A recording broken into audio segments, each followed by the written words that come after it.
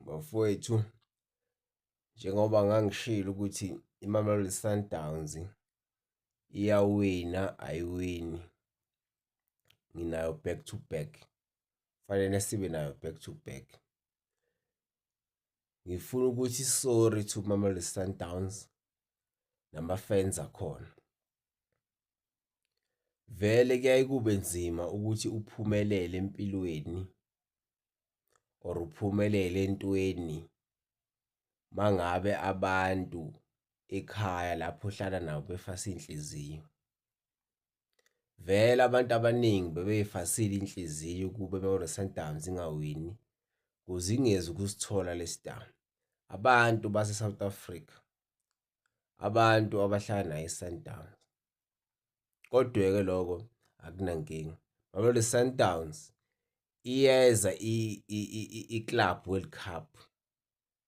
Nalapho kuseyisanyo ukuthi ni-team eyinkinga e-South Africa.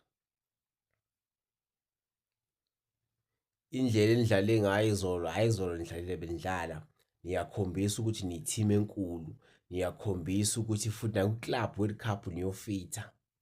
Izolo nidlalile ngemzuzu yokugcina kwale lona igoli. Mina nginishayela ihlombe ningabuyanga naso leso star naleyo cup.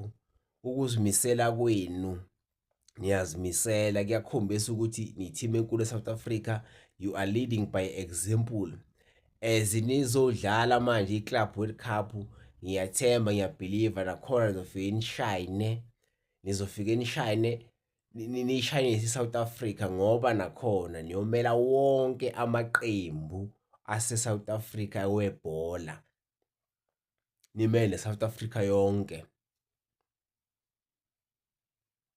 Ngithi phephisani iMamelodi Sundowns, kodwa ibhola lenu li-clean, ibhola lenu li-professional, ibhola lenu liyafitha kunama-club adlala phesheya, ibhola lenu liyafitha ku-English Premiership, ibhola lenu liyafitha kwi-Bundesliga, ibhola lenu liyafitha kwi-La Liga.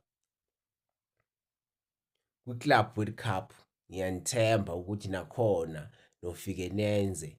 Akusiyona noma ngabe ubani ofika kwi-final ye-CAF, kodwa nifikile kwi-final nayidlala ngokuzimisela.